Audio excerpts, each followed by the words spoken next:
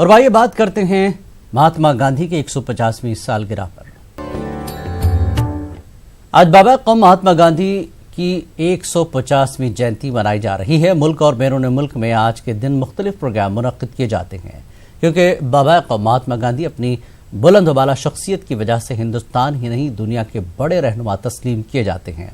महात्मा गांधी के सियासी नज़रियात, फलसफियाना ख्यालात और अदम तशद्दुद पर मबनी नज़रिया हयात ने उन्हें हमेशा के लिए यादवां बना दिया।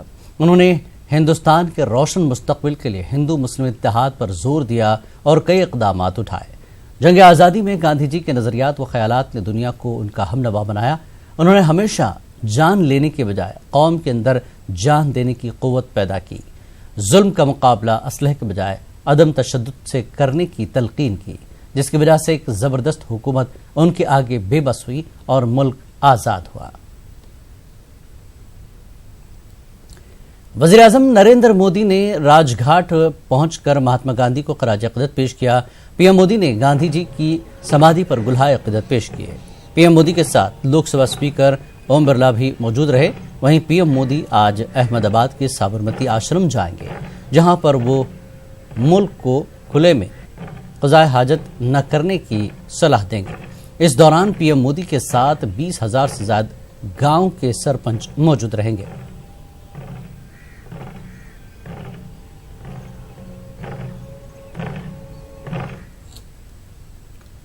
गांधी जयंती के मौके पर समाधि स्थल राजघाट प्रार्थना सभा का इनेकाद किया गया, जहां कांग्रेस की सदर सोनिया गांधी, साबिक वज़ीर आज़म मनमोहन सिंह ने खराज अक़ीदत पेश किया। वहीं बीजेपी के कारगुजार सदर जेपी नड्डा और मरकजी वजीर पीयूष गोयल ने समाधि पर गुलहाए अक़ीदत पेश किए।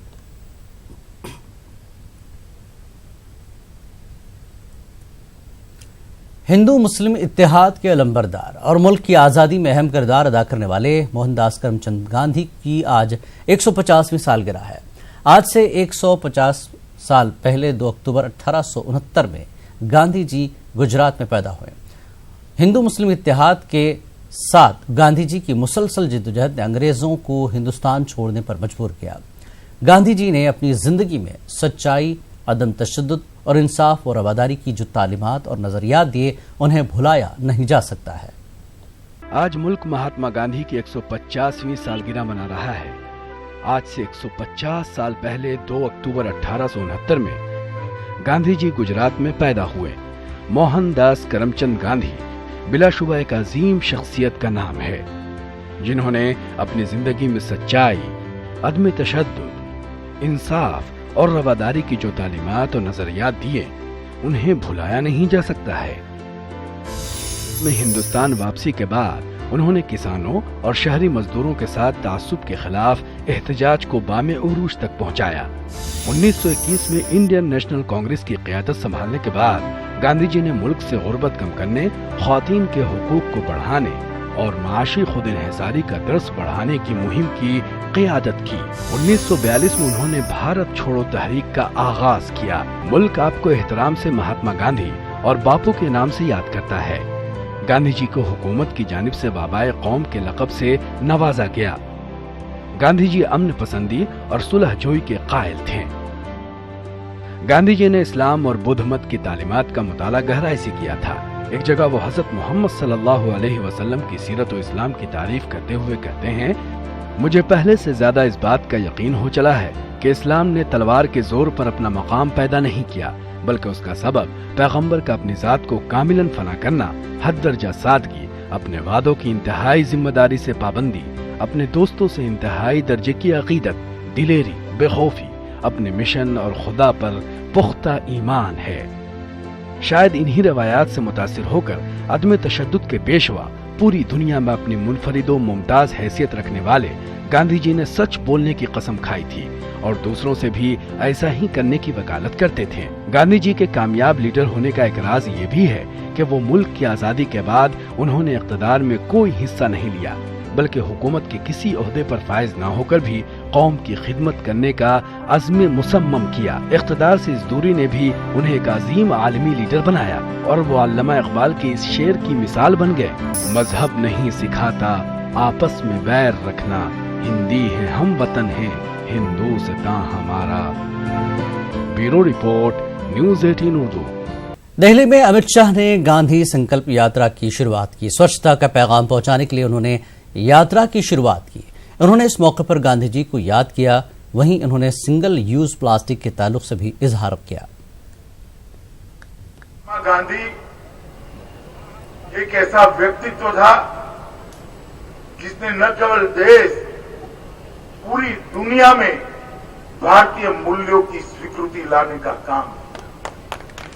अहिंसा और शांति और सत्याग्रह के माध्यम से ब्रिटिश ताज को झुकने के लिए वो अर्धनग्न व्यक्ति ने दुनिया को मजबूर कर दिया।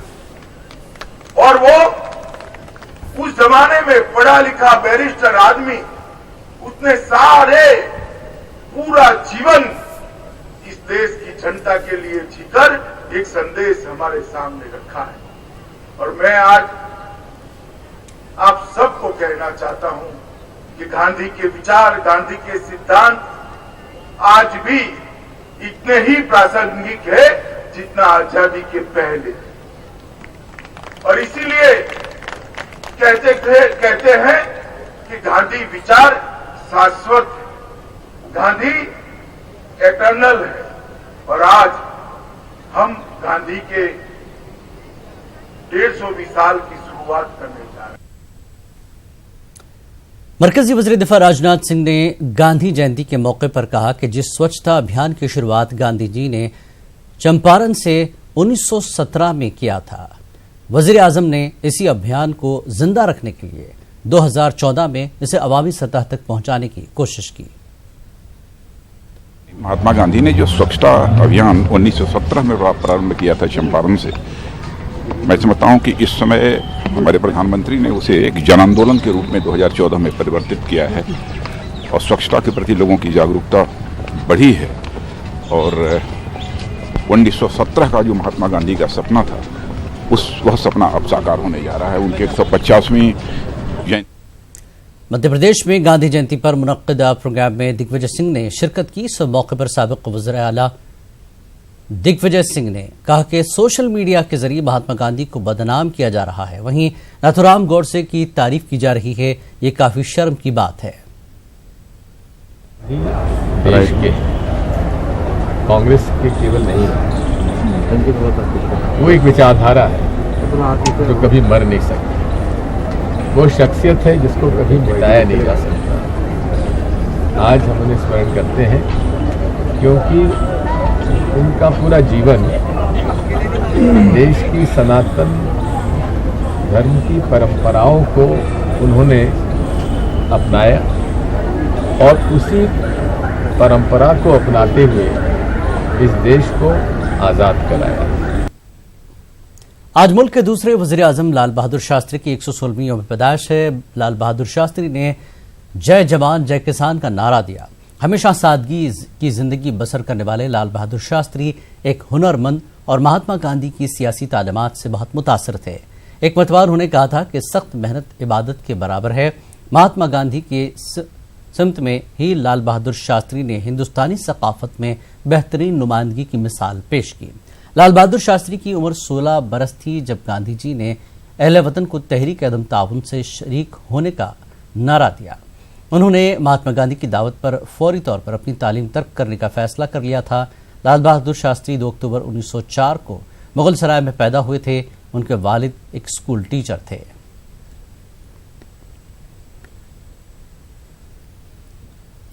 गांधी जयंती के मौके पर मुल्क के मुख्तलिफ हिस्सों में तरह तरह के प्रोग्राम का इनेकाद हो रहा है। वहीं हैदराबाद में गांधी जयंती के मौके पर तस्वीरों की नुमाइश लगाई गई है। तस्वीरों के जरिए गांधी जी की जिंदगी पर रोशनी डाली गई।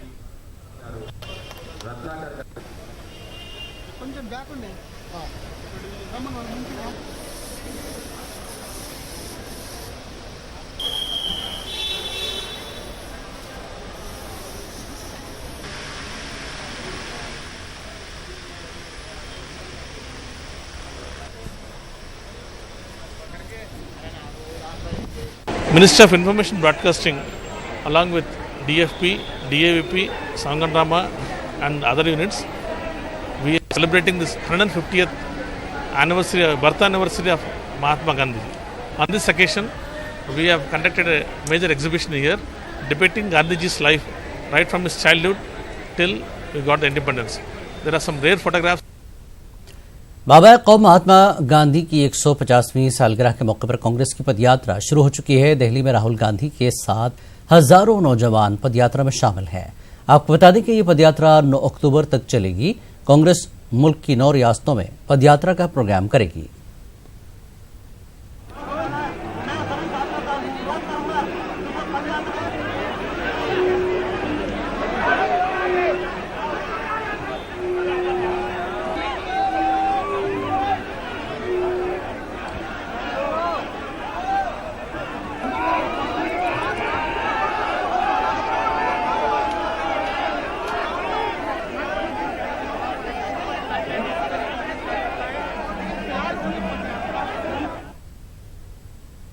श्रीनगर के अक्सर इलाकों में आज भी दफा 144 नाफिज है। हसास मकामात पर भारी तादाद में सिक्योरिटी एहलकार तैनात हैं ताकि अमन व अमान की बरकरारी कायम रहे।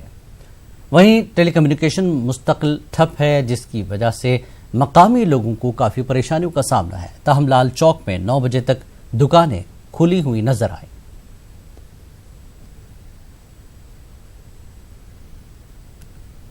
वादी कश्मीर में सिक्योरिटी फोर्सेस पूरी मुस्तैदी से अपनी खिदमत अंजाम देते हैं। इस दौरान होने वाले किसी भी किस्म के तनाव को दूर करने के लिए जवान योगा का सहारा लेते हैं। पेश खास रिपोर्ट। वादी कश्मीर में अक्सर बेशतर इनकाउंटर्स, झड़पें, हड़तालें और बंदिशें देखने को मिलती हैं। वादी में अमन ज़ब्त की बरकरारी में सिक्योरिटी फोर्सेस अहम रोल अदा करते हैं। कशीदा हालात में सिक्योरिटी जवान तुंदही के साथ अपनी खिदमत अंजाम देते हैं। नामुवाफिक हालात में मुस्तकिल ड्यूटी अंजाम देने से बाज़ मरतबा ये जवान तनाव का भी शिकार हो जाते हैं और फिर इनमें से चंद इंतहाई इक़दाम उठाने पर भी मजबूर हो जाते हैं। ज़हनी तनाव को कम करने के लिए ये जवान मुख्तलिफ सरगर्मियाँ और मशक़ें करते हैं, जिनमें योगा भी शामिल है। CRPF कैंप में मौजूद इन जवानों का कहना है कि योगा करने से इन्हें ज़हनी सुकून मिलता है। यहाँ कश्मीर में तो पता नहीं कब क्या हो जाए, पत्थरबाजी हो जाए तो आदमी का दिमाग मतलब एकदम गुस्से से हो जाता है। किसी को पत्थर लगता है तो अपने साथियों को, तो मतलब हम ये योगा वगैरह करते हैं ना, इससे थोड़ा दिमाग में थोड़ी शांति रहती है। मतलब आदमी थोड़ा सोचने का मतलब सब आदमी सोच लेता है कि क्या करना है क्या नहीं करना है, दिमाग शांत रहता है। हम घर से बाहर रहते हैं और घर की प्रॉब्लम रहती है, उसमें हमें बहुत तरह तनाव हो जाता है। इसके कारण हम योगा करते हैं। योगा से हमारा स्ट्रेस दूर हो जाता है और हमारी मतलब तंदुरुस्ती आती शरीर में और एक शरीर फिट होता है। इससे हमें बहुत फायदे मिलते हैं। योगा से जिस्मानी सेहत के साथ साथ जहन को भी इत्मीनान मिलता है। CRPF कैंप में हर सुबह योगा कराया जाता है। ठीक तरह से योगा के आसन कराने के लिए हर कैंप में बाज़ाब्ता इंस्ट्रक्टर्स भी मौजूद हैं। वो एक्चुअली क्लींजिंग प्रोसेस है। इससे हमारा इंटरनल क्लीनिंग होता है। इंटरनल क्लीनिंग मीन्स हमारा जो भी गलत विचार आता है, किसी के ऊपर गुस्सा होता है, ड्यूटी में हमको कोई गाली देता है, दांत पड़ता है, कुछ भी होता है, या हम जहाँ भी हमारा जो भी नेगेटिव थिंकिंग है उसको क्लीन करता है। ये जवान नामसाइद हालात में अपनी ड्यूटी अंजाम देते हैं ताकि मुल्क की खुद मुख्तारी का तहफ़्फ़ुज़ और शहरियों की सलामती को यकीनी बनाया जा सके। Bureau report, news 18 Urdu. Patna में बारिश का पानी जमा हो जाने से गंदगी फैल गई है, जिसकी वजह से इलाके में दवा का छिड़काव हो रहा है। पानी में जिस तरह से प्रदूषण बढ़ रहा है उसको लेकर आप देखिए फॉगिंग वगैरह तमाम चीजें यहाँ पर अब की जा रही है प्रशासन की तरफ से, नगर निगम की तरफ से।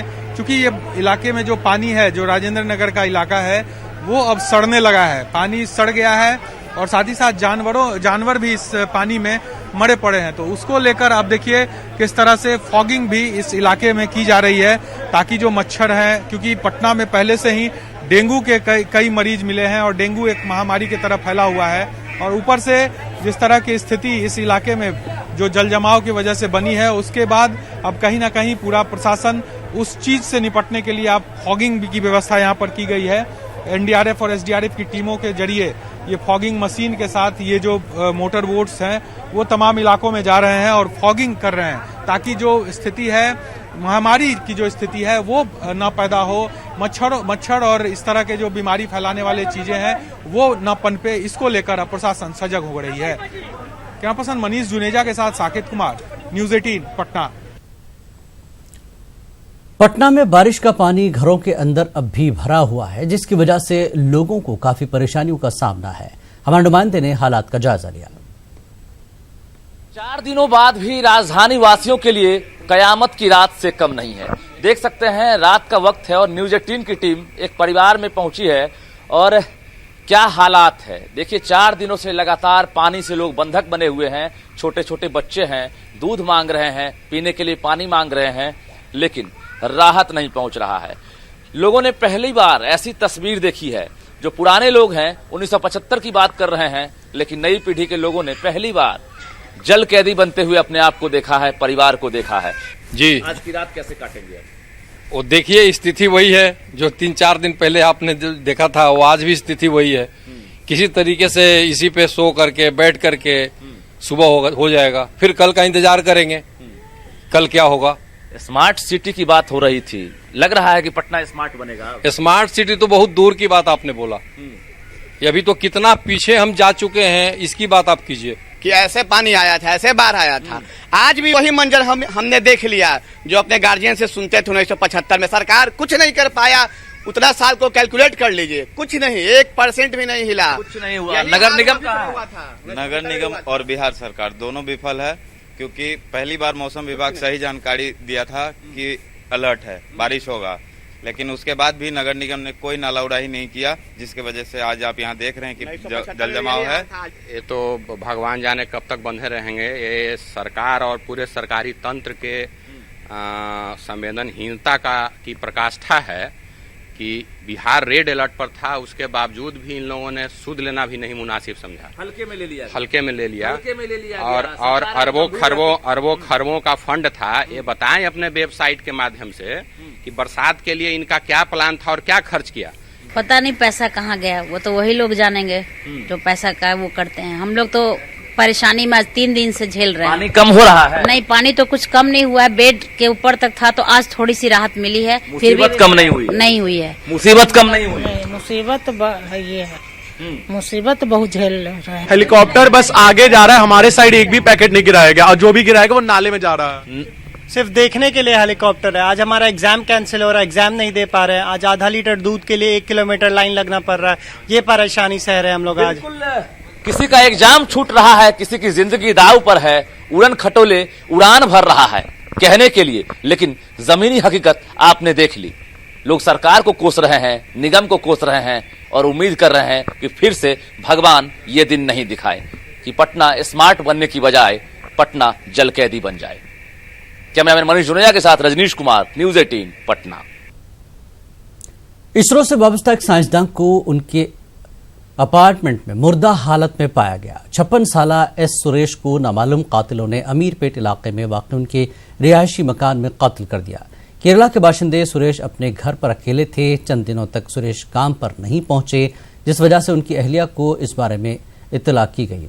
पुलिस ने दरवाजा तोड़ने के बाद सुरेश की लाश बरामद की। पुलिस ने कयास लगाया कि सुरेश के सर पर किसी भारी चीज से चोट पहुंचाई गई है। लाश को फिलहाल पोस्टमार्टम के लिए भेज दिया गया है। हमारा DK रोड अन्नपूर्णा अपार्टमेंट में एक डेड बॉडी हुआ है बोल के हमारे इन्फॉर्मेशन आया। उसके हिसाब से हम गए, वहाँ गए तो बाहर से ताला डाले थे, वो ताला खोल के हम अंदर गए तो फ्लैट में एक सुरेश कुमार बोल के एज 56 ईयर्स रहता है, उन्होंने फ्लोर पे ये पूल ऑफ ब्लड में गिर के मरा हुआ है। उसके ऊपर हम 302 मर्डर केस रजिस्टर करे और उन अकेला रहता था। नेशनल रिमोट सेंसिंग एजेंसी में साइंटिस्ट काम करता, वहाँ पे साइंटिस्ट करे वक्त उसका मिसेस चेन्नई में काम करती, तो फैमिली नहीं रहता, उन्हें अकेला रहता। उसके पास कोई 2-3 महीने से डिफरेंट लोग आ, कुछ मैकेनिक्स वो लोग आ रहे बोल के मालूम हुआ। उसके हिसाब से भी वो लोगों को भी इंक्वायरी कर रहे, हम वो केस को डिटेक्ट करेंगे। सर, गेट अंदर से बंद था या फिर बाहर से बंद था? ताला था, बाहर से ताला डाल के होता, अंदर फैन चल रहा था। डाउट आके हम ताला को फैमिली के मेंबर्स के बीच में ताला खोल के हम अंदर गए तो फ्लोर में उसका डेड बॉडी था। इसरो साइंटिस्ट सुरेश कुमार के घर पर जब पुलिस पहुंची तो दरवाज़ा बाहर से बंद था, दरवाजे पर ताला लगा हुआ था। पुलिस ताला तोड़कर घर के अंदर दाखिल हुई तो खून से लथपथ सुरेश कुमार का शव मिला। पंखा एक चल रहा हुआ था। जाहिर तौर पर पुलिस को शक हुआ कि इस में ये हत्या का मामला है, क्योंकि कोई शख्स आया, वो कितने, एक थे, दो थे या तीन थे, ये अभी नहीं कहा जा सकता, लेकिन कोई घर के अंदर दाखिल हुआ, सुरेश कुमार की हत्या की, फिर उसके बाद दरवाज़ा बाहर से बंद करके चला गया। हत्यारा कौन था, ये बड़ा सवाल है। क्या इसमें किसी तरह का कोई ऑफिशियल लिंक शामिल है? पुलिस प्राइमा फेसी पुलिस ये ऑब्जर्व कर रही है कि ये कुछ पर्सनल मैटर हो सकता है। 2-3 महीने से कुछ मैकेनिक टाइप के लोग सुरेश कुमार के घर पर आया जाया करते थे। उनका इस केस से क्या संबंध है और उन्होंने सुरेश कुमार की हत्या क्यों की, ये एक बड़ी गुत्थी है जो पुलिस के सामने एक चुनौती बनी हुई है। पुलिस अभी प्राथमिक तौर पर ये डिनाई कर रही है कि इसमें कोई ऑफिशियल लिंक नहीं है। इसरो के कार्रवाई या इसरो की गतिविधियों से इसका कोई लेना देना नहीं है, लेकिन इन्वेस्टिगेशन जारी है और पुलिस आगे इस मामले में और नए तथ्य उजागर होने की उम्मीद जाहिर कर रही है। कैमरामैन नवीन के साथ संजय तिवारी, न्यूज़ 18 हैदराबाद। इस बुलेटिन में फिलहाल इतना ही। आदाब।